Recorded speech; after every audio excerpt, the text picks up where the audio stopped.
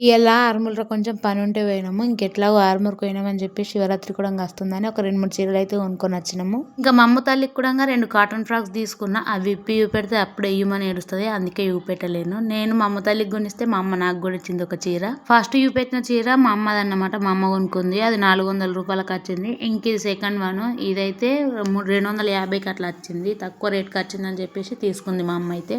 ఇంకా నా కోసం కూడా మా అమ్మ ఒక చీర కొన్నది. అది అయితే లాస్ట్ అండ్ ఫైనల్ ఇదే అన్నమాట.